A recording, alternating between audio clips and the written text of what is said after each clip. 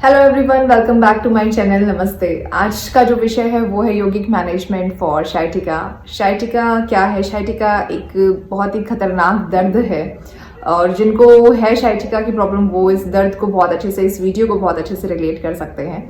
तो बेसिकली शाइटिका एक हमारे शरीर में, हमारी रीढ़ की हड्डी में सबसे लंबी नस है जो कि अगर दब जाती है या फिर हर्निएटेड डिस्क या जो हमारे रीढ़ की हड्डी में जो डिस्क होती है किसी कारण वो बल्ज हो जाती है, बाहर की तरफ निकल जाती है, तो उस नस पर पिंच हो सकती है, उस नस को कंप्रेस कर सकती है, दबा सकती है, जिसके कारण जो है ये पेन हमें महसूस होता है, दर्द होता है। ये हमारे ये जो नस है ये बेसिकली हमारे रीढ़ की हड्डी से रीढ़ की हड्डी के निचले हिस्से से लेकर हमारे सैक्रल रीजन में, यानी कि जो बिल्कुल बटक्स के जो बीच में रीजन है स्पाइन का, वो वाला क्षेत्र, आपके कूल्हे यानी कि बटक रीजन में और आपकी थाई तक फैलता हुआ आता है। जब भी जिस भी बंदे को शाइटिका की प्रॉब्लम होती है, शाइटिका का पेन होता है, तो या तो उसको कमर के निचले हिस्से में पेन होता है या फिर उसके एक पैर में, एक शरीर के दाएं या फिर बाएं हिस्से में उसको नमनेस हो सकती है, उसको झंझनाहट महसूस हो सकती है, उसको दर्द महसूस हो सकता है। तो ये तो है कॉमन सिम्टम्स।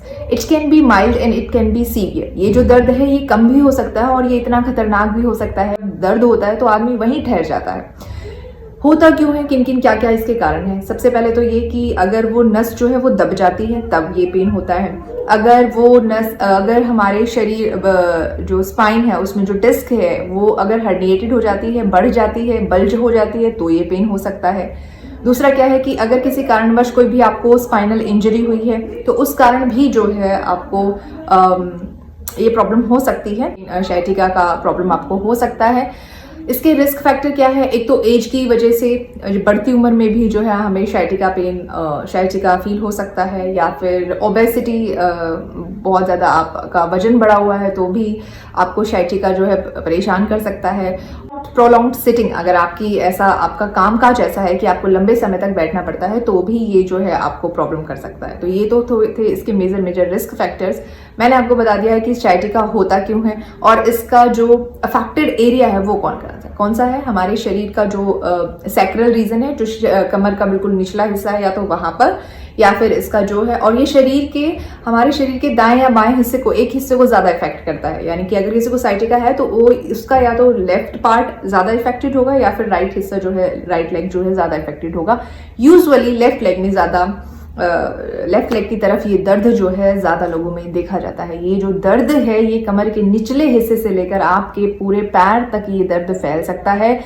इस दर्द को क्योर करने के लिए कुछ योगिक मैनेजमेंट्स मैं आपके लिए लेके आई हूँ। सिर्फ 3 से 4 प्रैक्टिसेस जो कि आप डेली परफॉर्म कर सकते हैं। जब भी आपको समय मिले तो आप उन प्रैक्टिसेस को जरूर करें। ये योगासन ऐसे योगासन हैं जो इस साइटिका नर्व को रिलीव करेंगे, उस साइटिका पेन प्रेशर को एक्सर्ट करेंगे, उसको कम करने में मददगार साबित होंगे।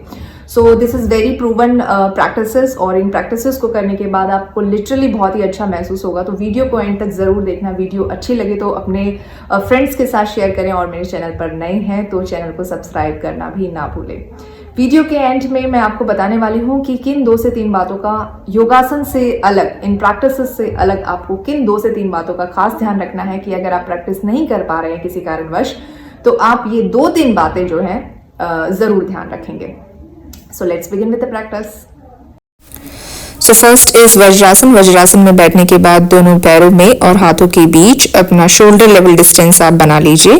पंजों को फ्लैट रखेंगे। श्वास भरते हुए सिर को ऊपर उठाइए, कमर में आंच बनाइए। श्वास छोड़ते हुए अब पूरा कमर को गोल बना दीजिए, एकदम पेट अंदर से कट जाएगा, बटक्स हल्का सा टाइट रहेंगे।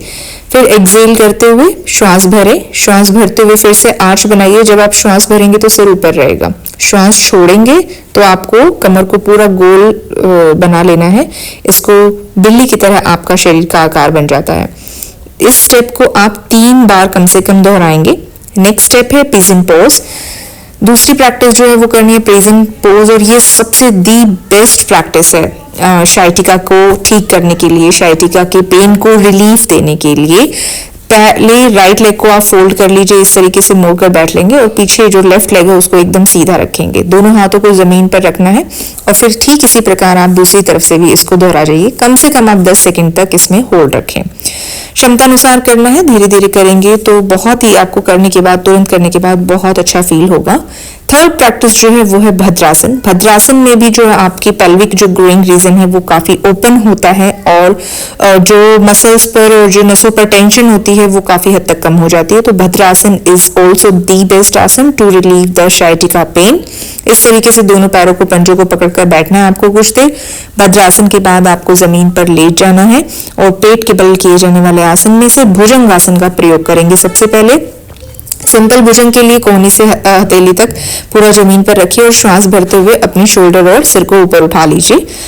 इस तरीके से आप पैरों को मिलाए रखेंगे और 3 to 5 सेकंड्स के बाद आप उसमें धीरे से वापस आ जाएंगे। इसको भी आप कम से कम 3 बार रिपीट करें। उसके बाद आपको प्रॉपर भुजंगासन करना है। दोनों हाथों को कोहनियों से बिल्कुल सीधा कर देंगे, दोनों पैरों के बीच शोल्डर लेवल डिस्टेंस क्रिएट करेंगे।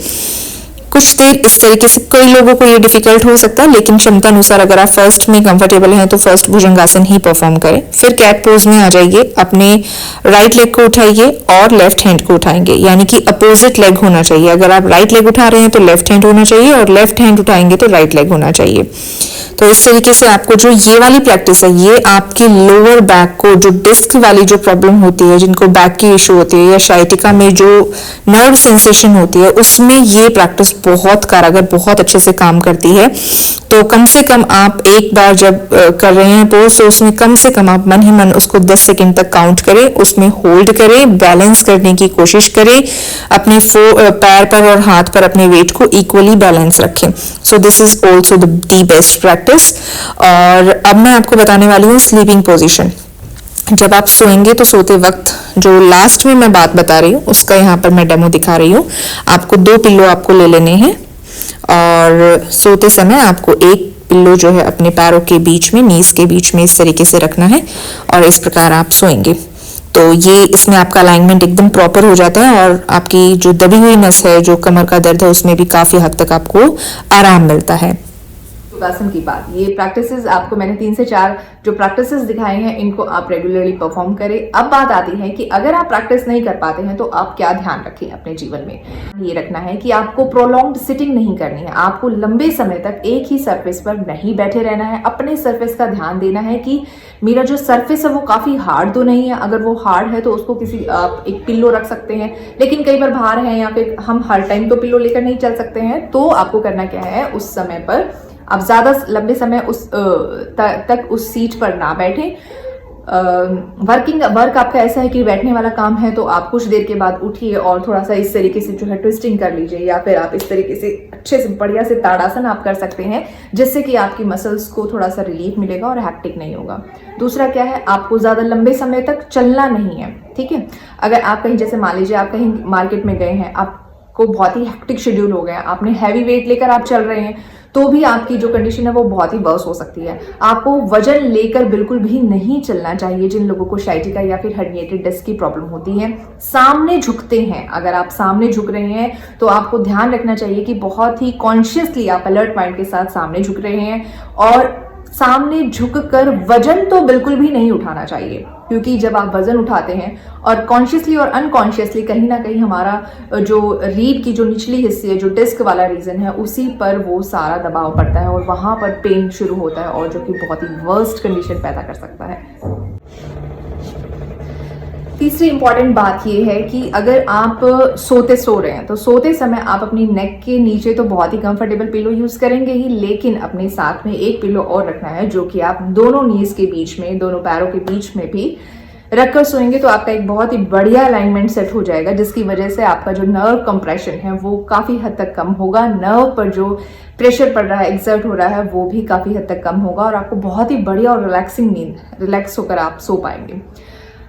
चौथी इंपॉर्टेंट चीज क्या है कि जब आप सोकर उठते हैं तो आपको डायरेक्ट नहीं उठना है और 3 से 4 घंटे एक पोजीशन में भी नहीं लेटे रहना है कि आप सीधे लेटे हैं और आप रात को सीधे लेटकर सोए और सुबह सीधे ही उठ रहे हैं, ऐसा भी नहीं करना चाहिए। आपको करवटें बदलते रहना चाहिए।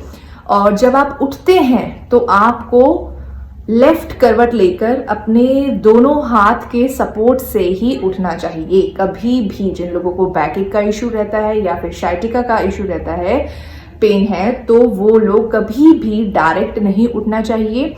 वजन उठाने से आपको परहेज रखना चाहिए कि ज्यादा हैवी वेट आप ना उठाएं या फिर किसी की मदद ले सकते हैं। सोते समय अपने पैरों के बीच में एक पिलो जरूर रखें और जब भी उठें तो दोनों हाथों के सहारे से ही अपने शरीर के वजन को कंट्रोल करते हुए ही आपको उठना चाहिए। तो अगर आप इन सब बातों का अपने जीवन में ध्यान रखेंगे तो निश्चित रूप से जो है साइटिका पेन से बचे रह सकते हैं। माइल्ड है तो सीवियर तक नहीं पहुंचेंगे और सीवियर है तो उसको माइल्ड कर लेंगे। वीडियो अच्छी लगी है तो वीडियो को लाइक जरूर करें, चैनल पर नए हैं तो सब्सक्राइब करें। Thank you.